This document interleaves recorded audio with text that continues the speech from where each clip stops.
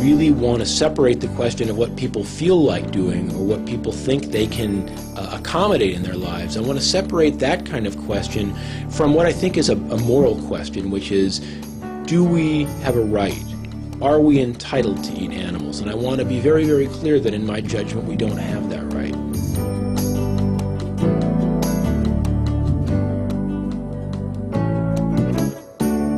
Hello, intelligent viewers, and welcome to Animal World, our co-inhabitants.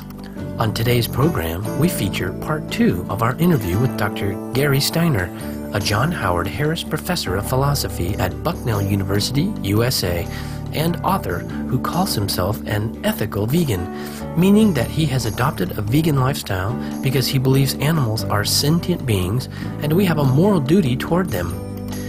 He has written several books, including Descartes as a Moral Thinker, Anthropocentrism and Its Discontents, and his most recent work, Animals in the Moral Community, Mental Life, Moral Status, and Kinship. Dr. Steiner now explains why he uses the word moral when discussing the relationship between animals and humans.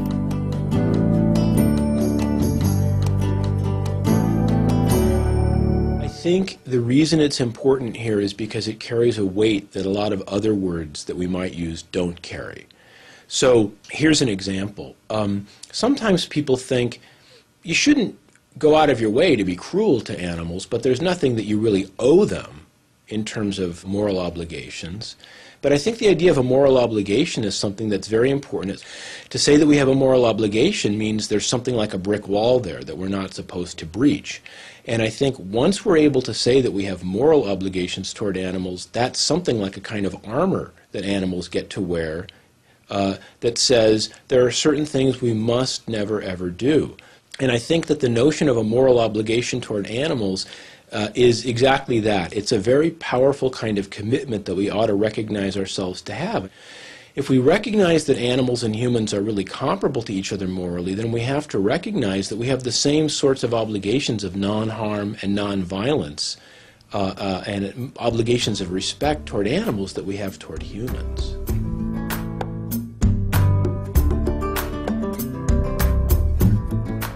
Dr. Steiner explains that, like humans, animals have deep emotions and a great capacity for love.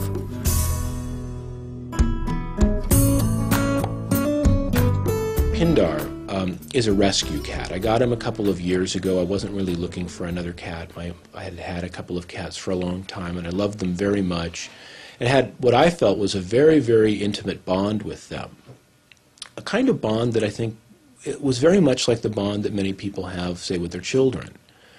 So these two cats had lived a long life with me, and they had both recently passed away of old age, and then this rescue cat got sort of presented to me, foisted upon me. So I took this cat in, and after it got healthy again, this wonderful personality emerged. And he turned out to be this really, really gentle, wonderful creature.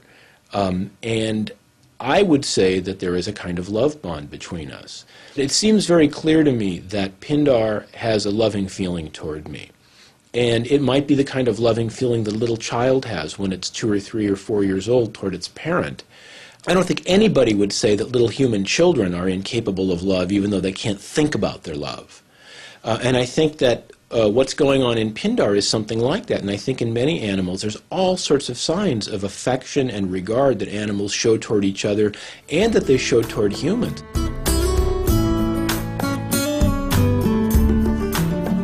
For many people, there is a sad contradiction present in their relationship with animals. Dr. Steiner provides his perspective on this inconsistency. It's a very, very troubling reality that there are these contradictions and conflicts in people's lives. The pet industry is a multi-billion-dollar industry in the United States, and people who have pets quite often love them almost like a family member, and are very upset when bad things happen to their pets. If they're in a financial position to do it, will spend an enormous amount of money on their pets, on treats and toys and high-quality food, and go to great lengths to lavish love and consideration on their pets. So it's particularly conspicuous and troubling that the very same people, or many of the very same people, who love their pets are willing to gamble on dogfighting or cockfighting or show a pretty blatant disregard for animals in being willing to subject them to experiments that are pretty gruesome.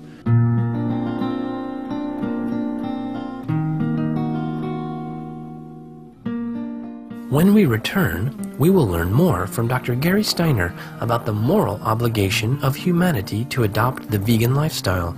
Please stay tuned to Supreme Master Television.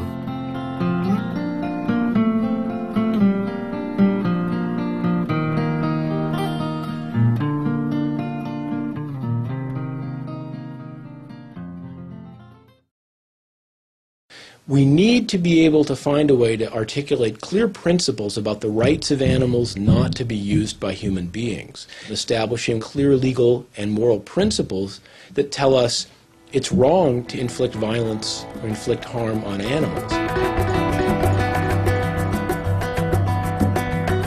Welcome back to Animal World, our co-inhabitants, as we continue our interview with Dr. Gary Steiner, a John Howard Harris Professor of Philosophy at Bucknell University, USA, author, and a pure vegan who has chosen this lifestyle for ethical reasons. Cognitive dissonance is a term from psychology which describes a condition where anxiety is created when there is a gulf between what one believes and one's actual actions. Previously, Dr. Steiner gave the example of people who adore and shower affection upon their animal companions being inconsistent when they view other animals as merely objects for consumption, experimentation, or entertainment.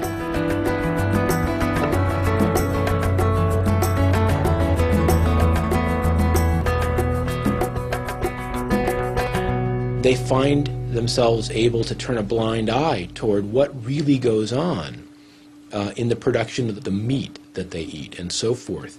And I think that there is a kind of cognitive dissonance there. They can't allow themselves to acknowledge the reality of what goes on. And also, they're coming out of a very, very long history of practices such as meat eating. So I have not infrequently encountered people who said, boy, I've heard that the way that veal is raised, or the way that chickens are raised, or the way that pigs are raised is kind of gruesome. So I don't really want to know any more about that. Because I think the only thing that's going to get people to overcome that sort of contradiction or tension is a willingness to look at the facts and really think about the inconsistencies in their own behavior. That thinking has to get to the point of altering our feelings so that when I start to think about the fact that the food on my plate is essentially the same as me, it might make me feel differently about eating that food. Only when that happens, I think, will people really recognize this contradiction and try to resolve it. In Dr. Steiner's view, what is our foremost obligation in fulfilling our moral duties towards animals?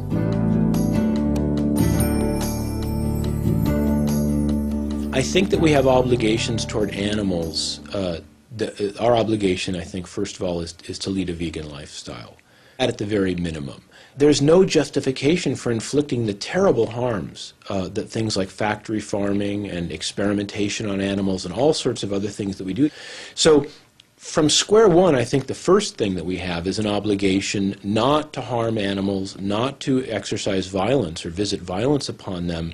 And the most straightforward way to understand that obligation is to become vegan and to stay vegan. So being a vegan, I think, is a very important thing.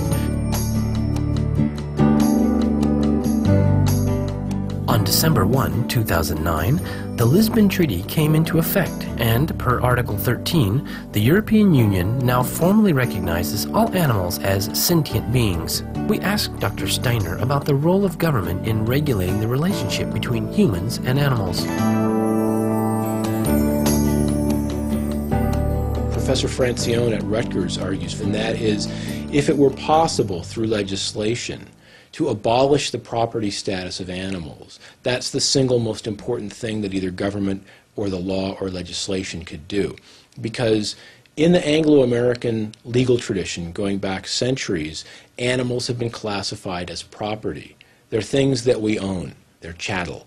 And that enables people to do all sorts of things, because you can destroy your own property. It might not be a smart thing to do, but there's no law prohibiting you from doing it. And that means you can raise animals and kill them for human consumption. You can sell them, you can use them, you can experiment on them. If it were ever possible to classify animals legally as non-property, as something like legal persons, then that would prevent people from killing animals, experimenting on them, and so forth. It would essentially put animals in the situation of really being considered morally comparable to human beings, in the sense that if you can't do it to a human being, you're not going to be allowed to do it to an animal. I think that's the best thing that either government or legislation could possibly do, is abolish the property status of animals. According to Dr. Steiner, if we truly care for our planet, each one of us must take personal responsibility to lead more thoughtful and conscientious lives. I think all the things that we do that inflict violence upon animals in nature, and perhaps to ecosystems, that's something that we have to think very, very carefully about. So anytime I buy something that involves packaging, things like that, or anytime I consume something that's going to end up polluting waterways or wetlands, I have to be thinking very carefully about all of those things. But square one, the starting point, I think, is our relation to sentient life, to animal life, and I think the first thing that most people can do is to become vegan and be a strict vegan.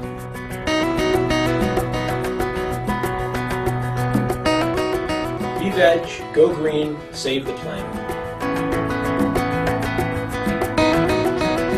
We deeply thank Dr. Gary Steiner and all those like him who not only live the vegan lifestyle, but also seek to raise the awareness of others regarding our moral duty toward our animal friends, thus saving countless numbers of their precious lives. We look forward to the day soon in coming where all sentient beings on Earth live in harmony and peace. For more details on Dr. Steiner, please visit www.facstaff.bucknell.edu/G Steiner. Books by Dr. Steiner are available at Amazon.com. Thank you for joining us today on Animal World, Our Co-Inhabitants. Coming up next is enlightening entertainment, right after noteworthy news, here on Supreme Master Television. May joy and tenderness fill your heart each day. For more details, please see www.suprememastertv.com/AW.